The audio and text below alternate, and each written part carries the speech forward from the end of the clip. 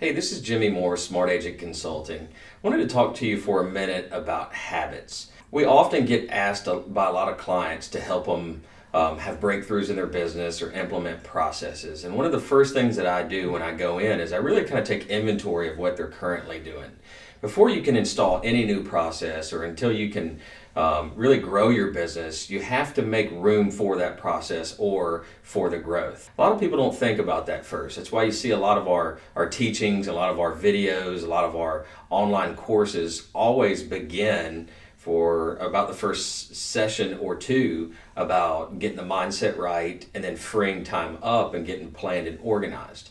Because then when you do implement that process or bring that position on, it's sustainable and it's much more productive than just bringing someone on and cramming it in with everything else that you have going on in your business. So just for a second, I thought it'd be fun just to kind of share a few things that I've learned. And of course, I'm still working a lot of this out on my own. You never really stop growing, but this applies to whether you're a business owner, whether you're a leader, whether you're part-time, whether you're in sales, stay-at-home mom. This applies to both personal and business life, but it's around the idea of creating new habits. So everyone likes the idea of creating new habits.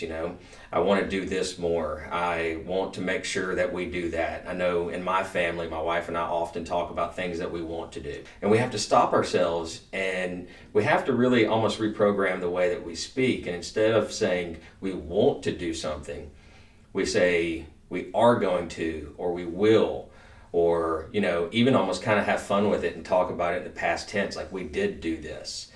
And so that's really just kind of the mindset on any habit. I just, if you're watching this right now and this is speaking to you, I just really want to look into the camera and say, you have to make room for new habits. Anyone can do anything at any time. Anything is possible. But you have to either commit to it or you need to be okay with saying that you're not going to do it. And I think that's something that's just really been a growth component of myself and our organization, and that I talk to a lot of clients about over the last really 4 to 5 years. It's, I can openly say I'm not going to do something, even if I should do it, but I'm okay with saying I'm not going to do it if I know in my mind I don't have room for it. So if my calendar's full, if my finances aren't where they need to be for whatever this is, it's okay to say I'm not going to do it. It's just not the right time. Maybe you need to wait until next year. Maybe you need to wait until the next quarter. But be okay with saying, you know what, it's just not my season for whatever that is, fill in the blank. So a couple quick things just to kind of walk through on new habits. There's a saying that I like to refer to that anything worth it, there's an uphill climb. Okay, so nothing comes easy that is worth it. It's just a fact. You can really audit that in any part of your life. And before you start doing something new, you have to inventory not only your time, but your resources. It may be your finances, it may be your team, it may be just those that are around you.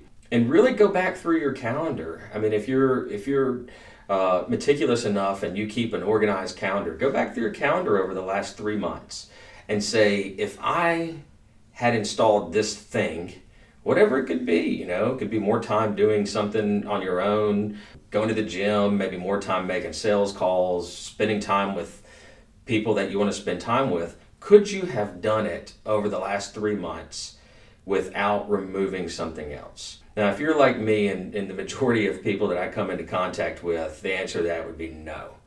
So I think right there, that is the key to having a good foundation for a good habit or starting something new, because you have to replace something else. Now, the good news is that as human beings, we get very busy, and it's this false sense of, accomplishment and security. And there is probably a good chunk of those things on your calendar that are just not productive. You just do them because you did them way back when and you keep doing them, or, it's a habit, or maybe, it's an influence from your friends or some people that you're around.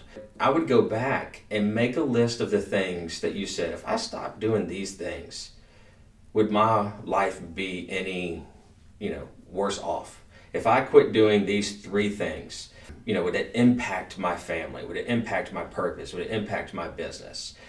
And if the answer is no, then stop doing those three things today. Stop them. Just take them off your calendar. It's going to be like a muscle. You're going to have to exercise it because you're going to want to do it, which is the reason you're doing them now anyways. I mean, you just got done saying they don't bring value to your life, but you still do them. So as an intelligent human being, why would you do that, right? I ask myself that question a lot. But that's just the way we are. We're creatures of habit. So when your buddies call you, or when you want to go do those things or get up and walk around and be inefficient, don't do it. Just take the discipline and exercise the muscle, because after 1, 2, 3 weeks, you won't miss those things anyway. You will have purged them out of your schedule. And then you also start moving in that new thing.